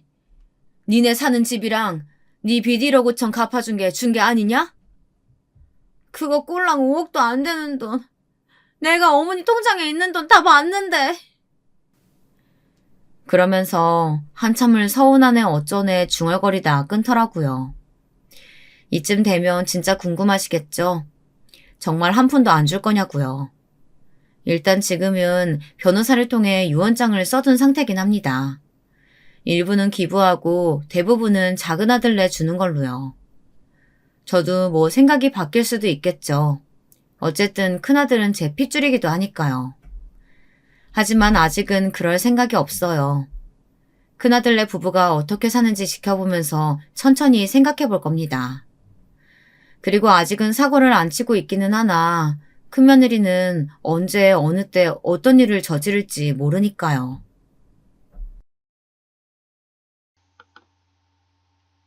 안녕하세요. 저는 이제 곧 60대를 바라보는 마음 많은 20대인 대한민국의 아줌마입니다. 요즘은 본격적으로 봄이 와서 꽃도 피고 괜히 마음도 싱숭생숭한 것이 지나간 일들을 계속 생각하게 되네요. 누구는 과거의 일을 계속 곱씹어 보는 것이 우울증의 증상이라고 하던데 저도 혹시 그런 걸까요? 저는 요즘 늙어서 죽을 때의 제 모습을 상상해 보곤 한답니다. 그런 생각을 굳이 왜 하느냐고요? 제가 시어머니와 친정어머니를 모셨던 경험들 때문인 것 같습니다. 저에게는 이제 죽음이라는 것이 그렇게 막연하고 먼 훗날의 일처럼 느껴지지 않고 언제든 저에게 닥칠 수 있는 일처럼 느껴지거든요. 어떤 일들이 있었는지 제 이야기 한번 들어보시겠어요? 먼저 저의 어린 시절 이야기와 어떻게 남편을 만나 결혼하게 되었는지 이야기부터 시작해 보겠습니다. 저는 경상도 지역에서 3남매 중 둘째로 태어났습니다. 제가 살던 동네는 버스도 1시간에 2대 오곤 해서 저는 항상 동생들과 학교를 한참 걸어 다녔어야 했어요. 흙길을 걸어 다니며 고등학교를 겨우 졸업하고 저는 생계전선에 나서게 되었습니다. 처음에는 동네 바느질 거리를 어머니와 함께 받아와서 바느질 요령을 배워서 어머니와 바느질을 하다가 나중에는 근처 도시에 있던 미싱 공장에 다니게 되었습니다. 처음 미싱을 배우면서 손가락도 많이 다치고 피가 철철 날 때는 그만두고 싶기도 했지만 하다 보니 일이 손에 익고 또 제가 미싱을 드르륵 드르륵 박을 때마다 옷이 만들어지니 그런 것들이 신기하면서 옷 만드는 공부를 좀 더 하고 싶더라고요. 그렇게 젊은 나이에 저는 도시에서 혼자 생활을 하면서 퍽 외로움을 타게 되었습니다. 동네에는 같은 고향에서 올라와 자취를 하는 동네 언니들도 있고 또 같은 공장에 다니는 언니들도 있었지만 가족과 함께 지낼 수 없고 또 각박한 도시 인심을 버텨내기가 힘들더군요. 그렇게 저는 20살 초반이 될 때까지 계속 미싱 일을 했습니다. 섬유로 유명한 도시였기 때문에 일거리는 많았고 항상 밤낮으로 미싱을 돌리다 보니 허리와 손목이 나만하질 않았습니다. 그렇게 일을 하면서 저는 제가 일하던 미싱 공장 옆에서 무슨 사무실을 차릴 거라며 몇 명 안 되는 직원을 데리고 낑낑대며 항상 뭔가를 하던 젊은 사장님을 알게 되었죠. 오며 가며 인사를 하다 보니 나중에는 안부를 한두 마디 전하게 되었고 서로 고향 이야기라든지 가족 이야기 등을 하면서 고민을 들어주곤 했습니다.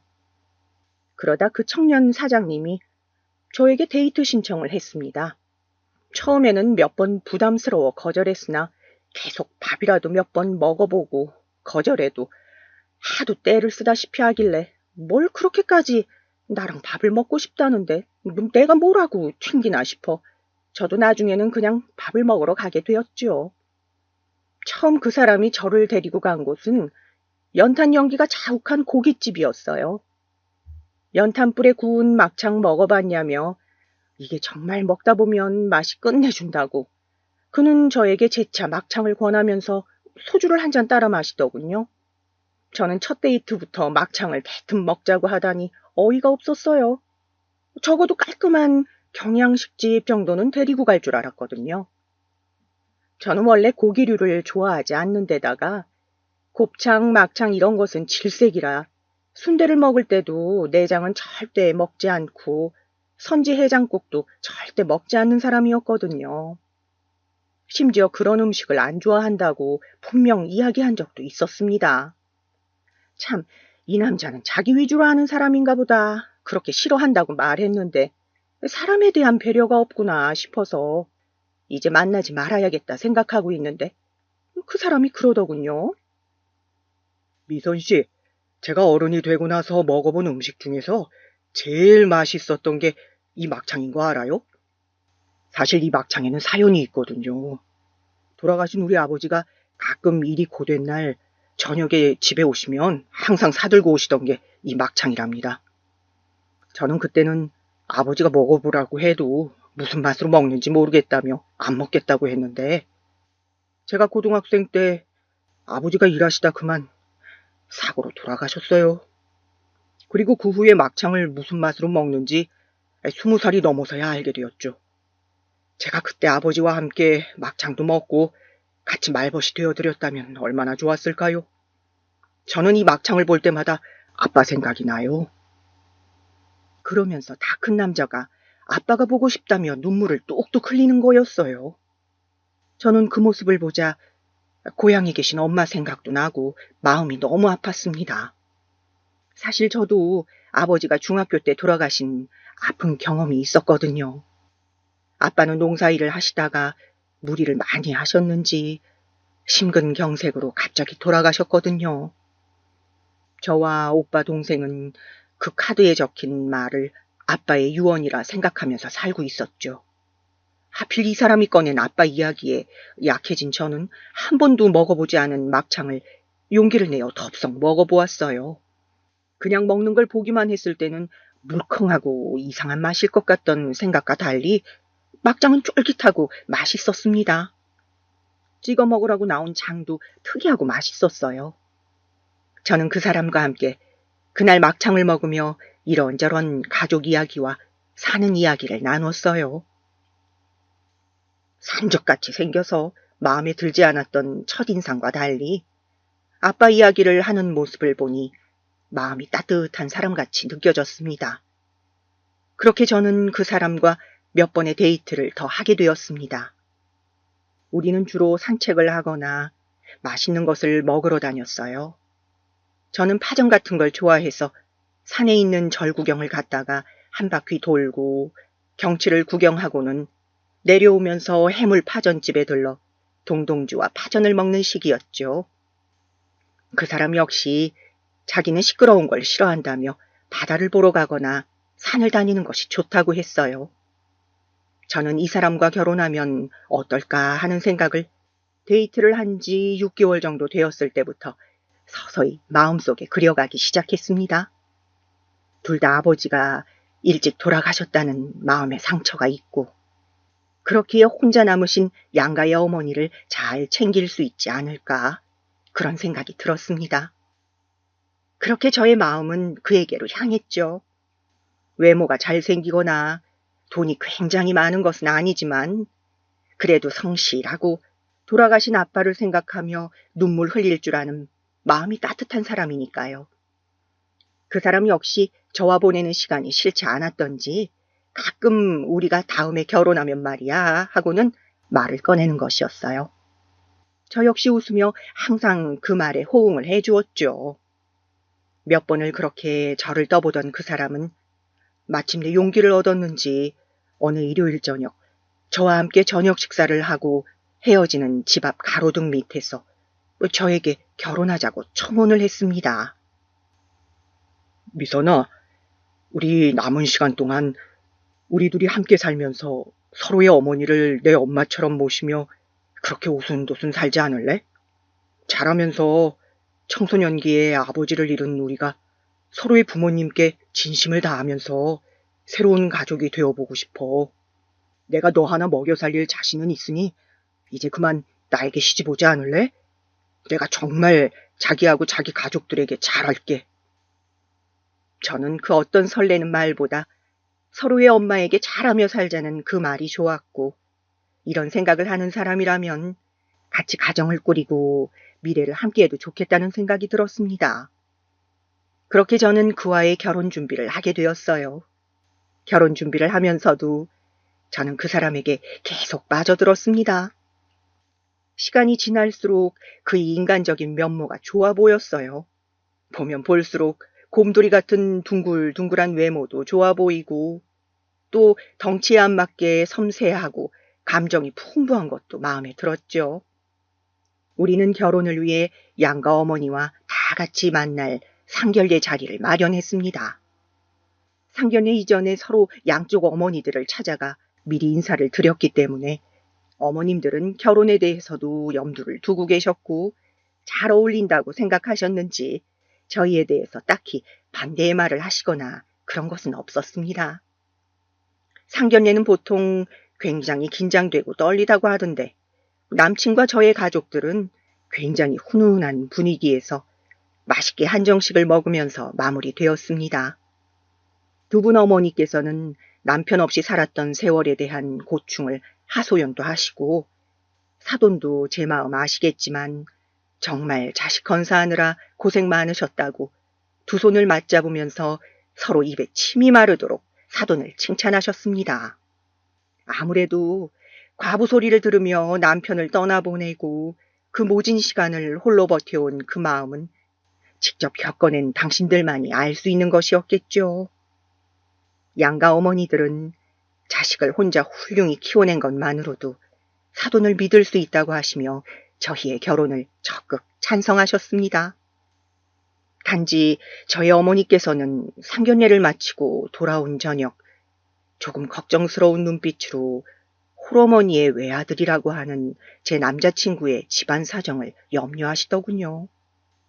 홀어머니면 효성이 지극할 텐데 그건 좋은 것이지만 잘못하면 네가 큰 고생을 할 수도 있다는 것이었습니다.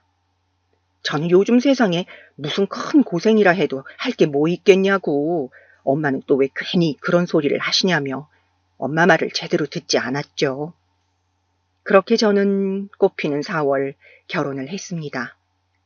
저희 결혼식 날은 날씨가 아주 좋았는데 요즘도 해마다 결혼 기념일이 되면 꽃비가 내립니다.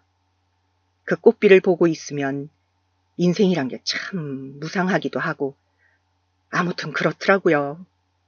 그렇게 꽃이 만개한 것처럼 저는 결혼할 때는 제 인생도 결혼으로 인해 더 좋아지고 마냥 행복할 것이라 생각했습니다. 결혼을 하고 저는 남편과 신나게 신혼을 즐겼어요. 꽃 구경을 가기도 하고 여름에는 펜션을 빌려서 남편이 좋아하던 고기를 구워 먹기도 하면서 소박하고도 행복하게 계절별로 꼭 나들이를 가며 지냈죠. 그렇게 신혼의 단꿈에 푹 빠졌다가 결혼 생활이 적응이 될 즈음 결혼한 지 2년쯤 지나서 아이가 생겼습니다. 저의 첫 아이였어요. 힘들게 임신 기간을 보내고 첫 아들을 낳고 그 아들이 20개월쯤 되었을 때 저는 또 임신을 하게 되었습니다. 그렇게 또 나 죽었다 생각하면서 두 번째 임신 기간을 보내고 나니 저에게는 아들과 딸이 생겼더군요. 엄마라는 말도 익숙하지 않고 저도 마음의 준비가 안 되었지만 남들이 다 결혼하고 애를 낳으니까 그때는 그렇게 저도 애를 낳았던 것 같습니다. 그렇게 두 아이를 데리고 기저귀 갈랴, 먹을 것 챙기랴, 남편 출퇴근 때 입을 와이셔츠 다리랴, 정말 몸이 10개라도 부족할 것 같은 시간을 보내면서 저는 저 자신과 저를 길러주신 어머니를 잘 돌보지 못하고 말았어요. 그런데 갑자기 큰애가 초등학생쯤 되었을 때 집안에 비보가 전해졌습니다. 바로 시어머니께서 쓰러져 버리신 거였어요. 원인은 뇌출혈이라 했습니다. 평소 혈압이 있으셨는데 추운 겨울에 모자를 안 쓰고 다니시다가 혈관이 수축해서 결국 터져버린 것 같다고 했어요. 보통 뇌경색보다 더 심한 것이 뇌출혈인데 정말 반신불수가 되는 것이 다반사이고 심하면 바로 죽기도 한다고 했어요. 다행히 어머니는 발견이 빨라 손과 다리가 좀 불편하시기는 했지만 그렇게 많이 안 좋으시지는 않았습니다. 혼자 화장실 가실 정도는 되었고 가끔 혼자 외출도 하실 수 있었으니까요. 그런데 어머니께서 쓰러지신 후 지속적으로 신경외과를 다니는데 어느 날 병원에서 치매 소견이 보인다는 거였어요. 뇌경색이 왔던 환자들의 경우 치매가 동반되는 경우가 있는데 어머니 같은 경우로 보인다고 했습니다. 그리고 슬프게도 어머님은 치매 진단과 함께 점점 이성을 잃어가기 시작하셨어요. 남편은 그런 어머니를 차마 혼자 계시게 할 수 없다며 이제 치매가 본격적으로 진행되면 더 힘들어지실 텐데 집으로 모셔야겠다고 했습니다. 저는 사람을 좀 쓰거나 요양병원에 모시는 것은 어떠냐고 했지만 남편은 저에게 버럭 화를 냈습니다. 도대체 사람이 맞냐고, 하나밖에 없는 엄마를 그런 장소에 모시다니 제정신이냐고 남편은 저에게 미친 듯이 화를 냈습니다. 저는 몇 년이 될지도 모르는데 잘못하면 다른 가족들까지 자기 생활을 잃을 수 있다고 말했지만 남편은 내가 다 알아서 모실 테니 그냥 당신은 관여하지 말고 있으라고 막무가내였어요. 그렇게 시어머니와 저의 가족은 5년을 함께 살았습니다. 어머님은 나중에는 무척 안 좋아지셔서 휠체어에 의지하셨고 병원을 들락날락 하시다가 결국 돌아가셨습니다. 저는 어머니 목욕시키랴, 또 온갖 트집 들어주랴, 했던 말 또 하고 했던 말 또 하는 것 받아주랴. 정말 생활이 말이 아니었습니다. 다 한다던 남편은 일하고 집에 오면 피곤하다고 어머니 얼굴 한번 보고 드러눕기 바빴고 저는 그 5년의 시간을 어머니 기저귀까지 갈아가면서 보내야 했죠. 제가 결국 어머니를 모시게 되자 저희 친정엄마는 내가 이럴 줄 알았다고 이래서 홀어머니의 외아들을 걱정했던 거라고 한숨을 쉬셨습니다. 사람이 아무리 좋으면 뭐하냐고. 아들들은 결국 자기 부모 똥오줌 못 받아내고 와이프한테 떠넘긴다며 제가 그런 수발을 들게 된 것을 너무나 속상해 하셨습니다. 저는 사람 사는 게 다 그렇지. 내가 덕을 쌓으면 내가 늙어서 누군가 나를 도와줘야 하는 순간이 오면 또 복을 받지 않겠냐고 속상해하는 엄마를 위로해드리곤 했죠. 그렇게 5년을 혼미한 정신으로 사시던 어머니는 당신 아들은 기억하지 못하시고 가장 오래 같이 시간을 보낸 제 손을 꼭 잡으며 저에게 고맙다는 말을 남기신 채 눈을 감으셨습니다.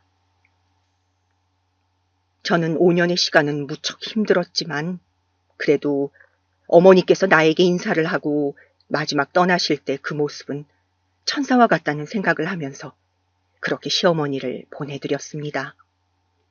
인간의 사람이라는 데 무엇인지, 왜 이렇게 사는 게 고통의 연속인지 그런 생각들을 하며 어머니가 돌아가신 후 몇 달을 멍하니 보냈던 것 같습니다.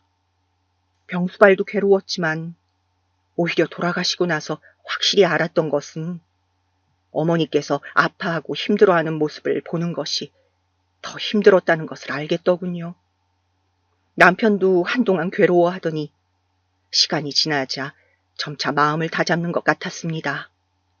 아이들은 초등학생이 되어 잘 크고 있었고 저는 이제야 제 생활을 좀 할 수 있게 되어 그동안 다니고 싶었던 헬스장도 다니고 배우고 싶었던 유화도 배우기로 했습니다. 오랫동안 어머니를 모셔서 허리도 아프고 온몸이 성한 데가 없었습니다. 오랜 병에 효자 없다더니 제가 딱 그 짝이었죠. 그런데 겨우 제 생활을 찾아가고 또 동네 빵집에서 빵 만드는 것을 배우면서 소일거리 삼아 하루 4시간 아르바이트를 나가며 제 용돈 모으는 재미로 지내고 있었는데 그렇게 지낸 지 1년도 채 안 돼서 갑자기 안 좋은 소식이 전해졌습니다. 이번에는 고향에 계신 어머니께서 편찮으시다는 소식이었어요. 안 그래도 요즘 어머니께서는 속이 계속 더부룩하다며 뭘 먹으면 소화가 잘 안 된다고 저에게 소화제 뭐가 좋냐고 물어보시곤 했어요. 그래서 저는 미련하게 그러지 말고 동네 내과로 가서 한번 검사도 받아보고 병원 약을 먹으라고 그래야 고생 많이 안 하고 빨리 낫는다고 말해줬습니다. 그래서 어머니께서는 제 말대로 동네 내과에 가서 증상을 말씀하셨대요. 속도 좀 쓰린 것 같고 명치 부분도 가끔 아프다는 그 말을 듣더니 의사가 그러면 혹시 위내시경 해보신 지는 얼마나 되었냐고 해서 어머니께서 한 10년은 된 것 같다시니 의사가 그러면 내시경을 한번 해보자고 했대요. 그런데 내시경을 한 후 의사의 표정이 상당히 좋지가 않았답니다. 의사 선생님은 지금 당장 소견서를 써줄 테니 큰 병원으로 가서 진료를 보시는 게 좋겠다고 정확하지는 않지만 좀 안 좋은 것 같다고 하셨대요. 그래서 뭔가 큰일이 났구나 직감을 하신 엄마는 큰 병원에서 조직 검사를 하고 최종적으로 위암 3기 진단을 받으셨습니다. 저는 엄마가 위암 진단을 받았다는 말을 하자마자 바로 엄마에게로 뛰어갔어요. 허겁지겁 집에 도착하자 엄마는 약하고 물을 드시고 계셨습니다. 엄마, 그러게 내가 진작에 병원 가보라고 했잖아요. 아, 얘는 왜 소리를 지르고 그러니? 나 안 그래도 정신없는데. 아니, 엄마, 이상하면 바로 병원에 갔어야지. 정말 엄마 이제 어떡해. 저는 다른 형제들도 모두 오라고 소집한 다음 앞으로 엄마를 어떻게 챙길 것인지 의논을 했습니다. 일단 의사가 수술은 가능하다고 했으니 식이 잘 하시도록 도우면서 수술을 하고 그 후 병고안을 누가 맡을 것인지 어떻게 엄마를 돌볼 것인지 등등 많은 이야기가 오고 갔어요. 일단 큰오빠는 자신이 지금 결혼을 하지 않고 혼자고 지방의 조선소에 다니고 있기 때문에 왔다 갔다 하면서 어머니를 모실 수가 없었어요. 오빠는 회사 안에 있는 기숙사 생활을 하는 중이었거든요. 제가 막내 여동생에게 물어보자 막내는 지금 아기가 2돌이 지나 어리긴 하지만 지금 사는 곳이 엄마 집 부근이니까 일단 내가 왔다 갔다 하면서 엄마를 돌보겠다고 말을 했습니다. 저는 그렇게 일단은 막내에게 엄마를 잘 부탁하고 집으로 돌아왔어요. 그 후 수시로 엄마 집을 들락거리며 엄마가 수술하기까지 계속 신경을 썼습니다. 당연히 운동이고 유하고 새로 시작한 취미생활은 다시 다 때려친 상태였죠. 그래도 어머니를 잃어본 경험으로 언제 돌아가실지 모른다는 생각이 들자 일단은 엄마와 최대한 시간을 보내고 오래 사실 수 있도록 챙겨드리는 것이 최선이라는 생각이 들었습니다. 제가 그렇게 정신없이 집과 엄마 집을 오가는 사이 당연히 초등학생이던 애들은 준비물을 빼먹기도 하고 아빠가 등교를 시키다 보니 체육복을 잘못 가져가기도 하는 등 엉망진창이었죠. 그래도 저는 그때는 엄마를 최우선으로 보필해야 했기 때문에 어쩔 수 없었습니다. 그런데 그렇게 정신없는 어느 날 저녁에 남편이 저녁을 먹다가 그러더군요. 그날도 엄마 집에 다녀와서 허기가 져서 남편이 사다 놓은 반찬들을 허겁지겁 밥통에 있던 식은 밥과 함께 먹고 있던 참이었습니다. 당신은 언제까지 장모님 집에 계속 갈 거야? 응? 그게 무슨 말이야? 언제까지 나랑 애들 안 챙기고 장모님만 챙길 거냐고? 뭐? 저는 남편의 날카로운 목소리에 단맛이 뚝 떨어지는 것을 느꼈습니다. 이런 생각을 하면 안 되지만 내가 시어머니를 5년을 모셨는데 고작 엄마 집 1~2달 왔다 갔다 한 것 가지고 이런 식으로 말을 하다니요? 저는 서러움이 울컥 밀려오는 것을 느끼며 말했죠. 지금 엄마가 언제 돌아가실지도 모르는데 남편이 저런 말을 하다니요. 저는 기분이 나빠서 퉁명스럽게 대답했습니다. 언제까지, 뭐가 언제까지야? 엄마 수술 잘 하시고 항암 잘 마치실 때까지지? 그럼 그동안 우리 가족은 어쩌고? 우리 가족? 그러면 우리 엄마는 나를 낳아주고 길러주고 시집갈 때까지 챙겨주고 밥해준 내 엄만, 그리고 암에 걸린 우리 엄마는 가족도 아니라는 거야, 지금? 저는 갑자기 너무 화가 났습니다. 분노와 서러움이 들섞여 혼란스러운 기분이었어요. 사람이 어떻게 이렇게 이기적일 수 있나? 그런데 뒤이어 남편이 하는 말은 더 가관이거더군요. 나 때는 내가 외동이고 하니 어쩔 수 없이 내가 모셨지만, 또 내가 일을 하니 당신이 많이 돌봐드렸지만, 장모님은 자식이 셋이나 있으시잖아. 그런데 왜 하필 당신이 계속 왔다 갔다 하느냐고. 근처 요양병원에 모시거나 하고 처제가 들여다보면 되지 않겠어? 인간 같지도 않은 인간아. 그걸 지금 뚫린 입이라고 말이라고 해? 우리 엄마가 남편도 없이 삼남매 키우느라고 고생을 얼마나 했는지 아는 사람이 어떻게 그런 말을 할 수 있어? 저는 너무 화가 나서 그만 집을 박차고 나와버렸습니다. 남편이고 뭐고 진짜 때려 죽이고 싶을 정도로 화가 치밀어 올랐습니다. 어떻게 사람을 이렇게까지 화나게 할 수 있는지, 그것도 능력이다 싶더군요. 앞으로 이 인간을 어떻게 할까? 온몸이 부들부들 떨리고 너무 화가 났지만 저는 최대한 이성적으로 대처해야 한다고 다짐하면서 침착하게 이성을 찾았습니다. 저는 갑자기 내가 무슨 드라마의 주인공이 된 건가 싶고 눈앞이 아득했습니다. 서로 어머니밖에 안 계시지 아프시거나 할 때 진심을 다해 돌봐드리자던 그 약속을 저는 순진하게 믿고 다 지켰는데, 남편은 저를 5년 동안이나 병고안을 시키고서는 우리 엄마가 아프자 마치 남이라는 듯이 뒤통수를 치다니, 남편은 우리의 결혼 때 약속을 저버리고 저를 기만하고 철저히 속였습니다. 생각이 여기에 미치자 결혼을 잘못한 것은 아닌지, 저렇게 이기적인 인간이라는 것을 왜 몰랐는지 너무 후회스러웠습니다. 너무도 제가 한심하고 바보 같았습니다. 지금껏 속으면서 당하고 산 것이라니. 그날 저는 혼자 포항 바닷가를 갔습니다. 어릴 적 아빠가 계실 때 가끔 여름에 놀러 가곤 했던 호텔이 있었는데, 그곳에 찾아가 해지는 밤바다를 보면서 많이 울었습니다. 여기서 뛰어놀 때가 좋았다는 생각이 들었어요. 그때는 아무것도 모르고 천진난만하게 뛰어놀 수 있어서 인생의 고통을 몰라서 좋았다는 생각에 하염없이 눈물이 흘렀습니다. 그냥 새벽에 아무도 없을 때 저 바다에 뛰어들어 죽어버릴까? 죽어버리면 모든 마음의 번뇌와 고통이 사라질까? 어떻게 그렇게 결혼할 때 우리 엄마에게 잘하겠다고 했던 내 남편이 이럴 수가 있지? 정말 밤바다를 바라보며 저는 수천 번, 수만 번을 곱씹고 또 곱씹었습니다. 제가 알던 남편과 너무도 다른 이기적인 남편의 모습을 받아들일 수가 없었기 때문이죠. 흔히들 토사구팽이라고 하나요? 화장실 들어갈 때 나올 때 다르다고. 이런 식으로 나를 기만한 남편을 용서할 수가 없었고, 저도 이제 남편을 속이기로 마음먹었습니다.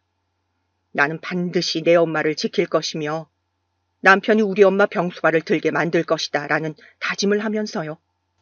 무슨 짓을 해서라도 내가 시어머니 똥오줌을 다 받고 수발을 들었던 것처럼 그에 상응하는 것을 남편이 하게 만들고 싶었습니다. 그래야만 마음속에 차오르는 억울함과 분노가 사라질 것 같았어요. 저는 그날 밤 잠을 자지 않고 필사적으로 머리를 굴리면서 계획을 짰습니다. 막내 동생에게도 전화를 걸어 제 계획을 설명하고 조언을 구했지요. 어떻게 하면 남편을 엄마 병수발을 들게 할까? 동생이 마침 좋은 아이디어를 내더군요.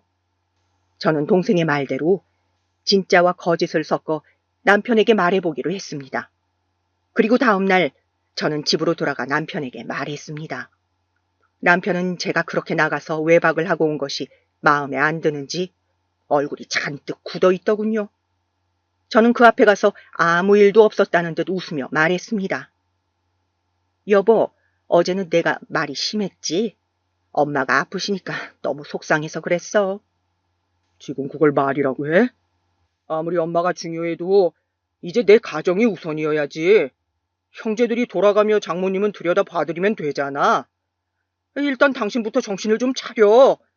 우리가 모시게 되더라도 지금은 자기 멘탈이 너무 안 좋아, 내가 보기에.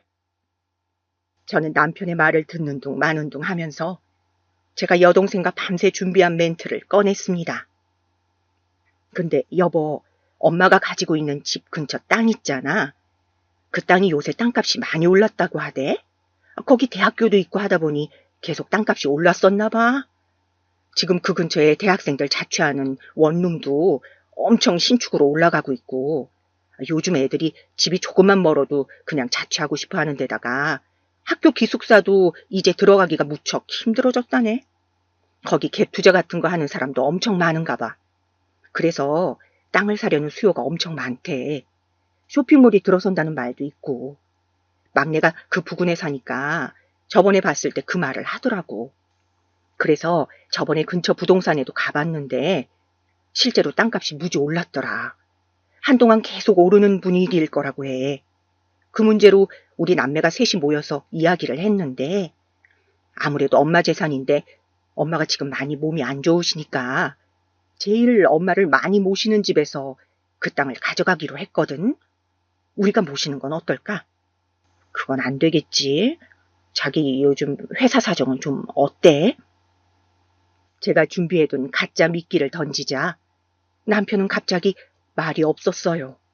누나를 교활하게 이리저리 굴러대는 폼이 돈이 얼마나 될까 계산하는 듯한 눈빛이었죠. 저는 토가 나올 것 같은 기분을 참으며 계속 가식적인 미소를 띠고 말했습니다. 이제 2차 미끼를 던질 때였어요. 내가 저번에 내려가서 혼자 부동산에 들러 토지 가격을 한번 구체적으로 알아봤는데 보니까 엄마가 가진 땅이 워낙 넓은 데다 그 옆에 뭐가 큰 병원이 들어선다고 하대. 그래서 그게 100억은 된다나 봐. 뭐라고? 얼마? 100억? 남편은 갑자기 물을 마시던 컵을 식탁에 탁 내려놓았습니다. 그러더니 한참을 골똘히 생각하는 것이었어요. 저는 남편이 솔깃해하는 것 같아 신이 나서 말했죠. 그 땅은 결국 막내가 다 가져가겠네. 제부는 엄마 당장 집으로 모신다고 난리라던데. 오빠는 어차피 돈 잘 버니까 별 욕심 없는 것 같고 하며 말을 흐리면서 우리는 어차피 못 모실 거니까 뭐 욕심 버려야지. 그치? 하고는 아쉬운 듯 부엌으로 가서 설거지를 했습니다. 사실 땅이 있다는 말은 반은 진짜고 반은 거짓말이었어요.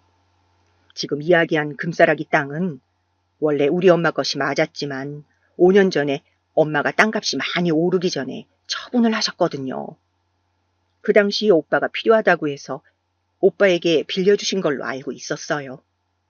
오빠가 그 돈을 어디에 투자했다고는 하는데 사실 동생과 저는 오빠가 맞으니까 그 돈은 그냥 빌려줬다고 해도 오빠가 언젠가 결혼할 때 결혼자금으로 주신 것이 아닐까 하고 마음을 비우고 있었죠.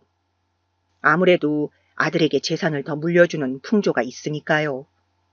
그리고 지금 남아있는 땅은 그 땅에 비하면 훨씬 보잘것없는 땅들만 있고 그것도 면적이 넓지 않아서 돈이 그닥 되지 않는 것들이었죠. 저는 다만 그렇게 말했을 때 남편이 어떻게 나오는지가 보고 싶었습니다.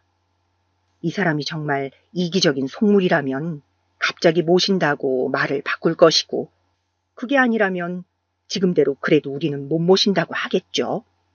차라리 못 모신다고 일관성 있게 이야기하는 편이 나을 것 같았습니다. 그런데 제 남편은 정말 한치도 제 예상을 벗어나지 않고 또 못난 소리를 하며 제 속을 뒤집어 놓더군요. 설마 했는데 말이죠. 우리가 모시자.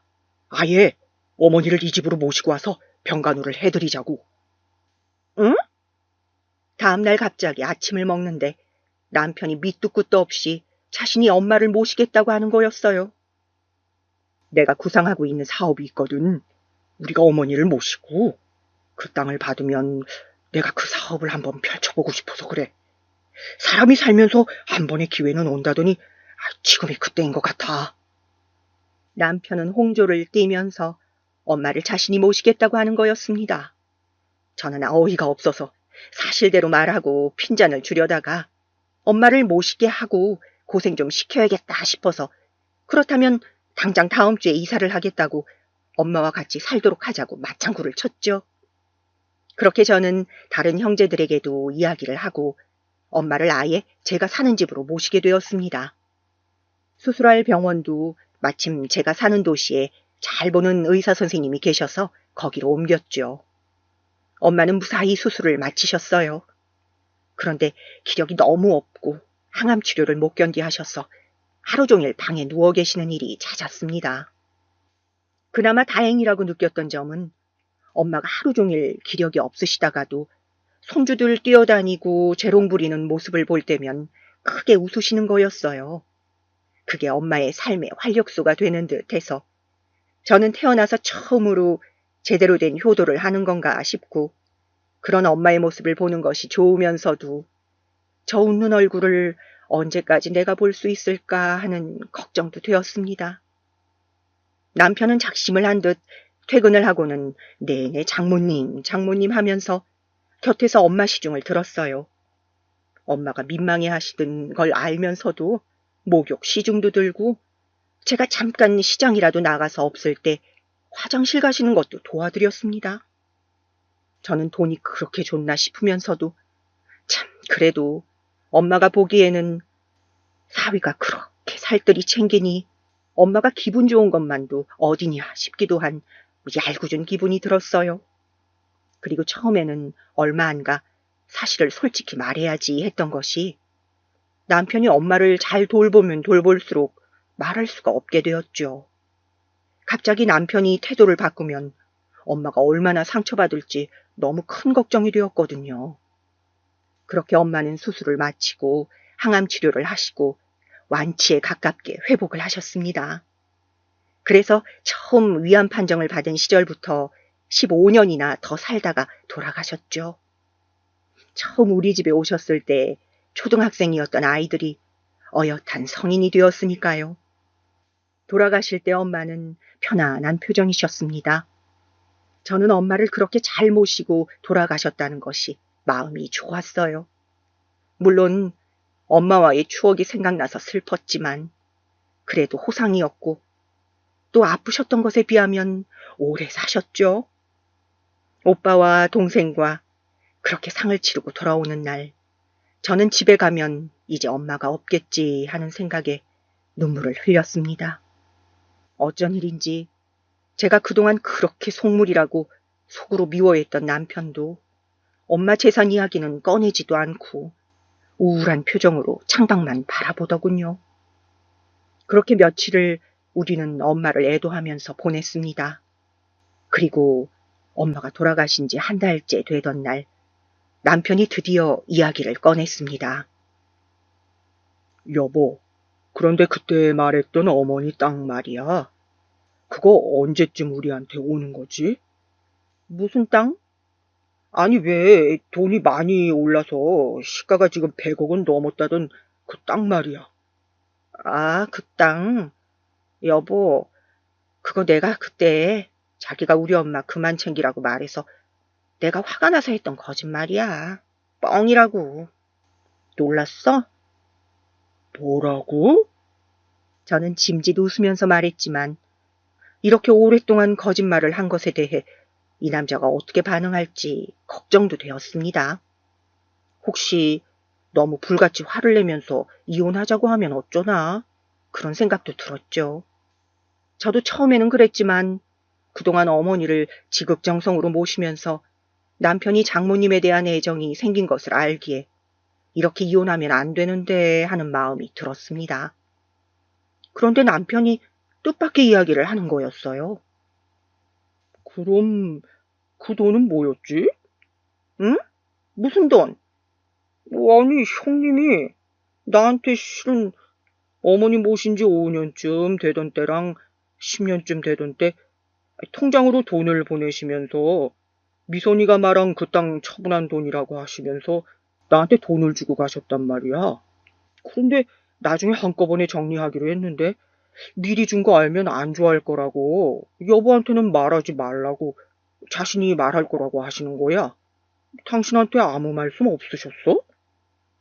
저는 정말 처음 듣는 이야기였습니다. 저는 당장 오빠에게 전화를 해서 물어봤어요. 오빠, 이게 무슨 이야기야? 오빠가 최서방한테 돈 줬어? 10억이 넘는 돈이라고 하던데? 그것도 2번이나 줬다며? 어떻게 된 일이야? 아, 미선아. 내가 막내한테서 네가 그런 거짓말을 해서 어머니를 모시게 됐다는 말을 들었는데 내가 그래서 실은 마음이 안 좋아서 네 신랑이 도대체 무슨 생각인가 싶어 만나러 간 적이 있었어. 진짜로 돈을 바라고 엄마를 모시는 거면 내가 사람을 좀 쓰더라도 내 곁으로 엄마를 다시 모시고 오려고 했지. 그런데 너네 신랑이 말이야. 내 생각보다 속이 깊더구나. 무슨 말이야, 그게? 그때 얼마나 아이들하고 남편 챙기라고 나한테 이기적으로 굴었는데? 그게 말이다, 미소나. 너네 시어머니가 그렇게 돌아가시면서 깨달은 바가 있었던 모양이야. 일단 다른 가족들이 자기 생활을 하면서 멘탈을 잡아야 하는데 그때 네가 너무 힘들어하고 당장 숨 넘어갈 사람처럼 굴어서 걱정이 돼서 일단 말린 다음 안정적으로 어머니 모실 방법을 찾자고 말하려고 했대. 당연히 그동안 5년이나 병수발 들어준 너에 대한 고마움이 컸고 그래서 자신도 뭔가 돌려주고 싶었는데 마침 재산 이야기를 하기에 그거에 관심 있는 척하고 장모님을 맡기로 한 거래. 무슨 말을 해도 그때는 네가 자기 말을 안 믿고 억울해할 태세였다는 거야. 뭐? 자기도 그 말이 터무니없다는 생각이 들었는데 진짜든 아니든 상관없었대. 그저 엄마가 돌아가셨을 때 며느리 네가 흘리는 눈물을 보고 또 치매 걸리셨던 어머니가 마지막에 아들인 자신보다 며느리인 너를 기억하는 걸 보고 반성을 많이 한 모양이더라. 그래서 결혼 때 너희들이 했던 약속이 있다며? 그 약속을 지키기 위해 장모님과 최대한 시간을 많이 보내고 싶다고 하더라고. 그 말을 하면서 저에게는 장모님이 마지막 남은 내 부모인데 제가 모실 수 있는 기회를 달라고 아내에게도 은혜를 갚고 싶다고 말하는데 내가 차마 엄마를 내가 모시겠다고 할 수가 없어서 그냥 너희가 모시도록 둔 거지. 그리고 막내가 상의해서 엄마가 그때 땅 판 돈으로 빌려줬던 종잣돈을 주식으로 놔뒀다가 너희에게 준 거야. 물론 네가 알면 안 될 것 같아서 너희 신랑 앞으로. 그랬습니다. 저는 어느새 남편을 오해하고 있었던 거였어요. 분명 처음 결혼할 때 서로 엄마들에게 잘하자고 했던 그때 그 눈빛은 절대 거짓이 아니었는데 저는 남편의 진심을 전혀 보지 못하고 있었어요. 어쩌면 어머니를 5년이나 모시면서 저는 제가 일방적으로 희생을 하고 있다고 느꼈는지도 모르겠습니다. 그래서 그것에 대한 대가를 남편을 똑같이 고생시킴으로써 받아내려고 했던 것 같아요. 눈에는 눈, 이에는 이 그런 생각으로 말이죠. 오빠의 이야기를 듣다 보니 저 자신이 너무 부끄러웠습니다. 저는 남편에게 달려갔어요.